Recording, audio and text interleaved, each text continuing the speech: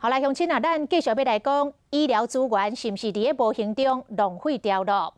健保署的统计，去年镜头真轻，煞走去挂急诊的患者高达106万人，占整体急诊的15%。也就是讲，每7个急诊的患者当中，都有一个是属轻症的。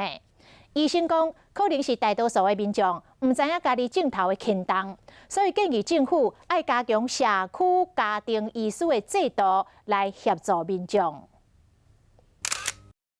去问叶着手到底偌痛，痛到都爱送急诊。但是其实这类小病挂急诊的个案也阁袂少，感冒、发烧、手部轻伤，拢总走对病院去，尤其是假日的急诊人愈多。明显的会发现说，小儿科病人会特别多，因为一般来说儿科很多都会跑去诊所或门诊，但是在礼拜六、礼拜天，这些都没开了，所以他们全部都跑来急诊。感冒啊，或是肠胃炎，那一些小的一些外伤也是会来挂急诊。减伤分类由生命正常分做5种，严重的就是有关生命的复苏急救第1级，像腹肚痛、要吐，或者是骹手外观的空喙，拢是属于第4级甲第5级的轻症。但是根据健保署的统计，去年敢若是诊疗类的轻症，都106万人次就诊，占整体急诊的15%，也就是每7位急诊患者有1位就是轻症。那有将近30%的原因是说他们没办法判断说自己的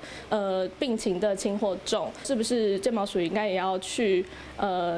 加强深化这些加入家医群的诊所他们的参与。落实家庭医师制度，扩大服务的区域甲诊所，伫病院门诊检测情形，佫希望急诊资源未被乱用的情况，民众健康意识的再教育，甲相关的配套措施，应该爱全面进行，医疗资源才会当被有效利用。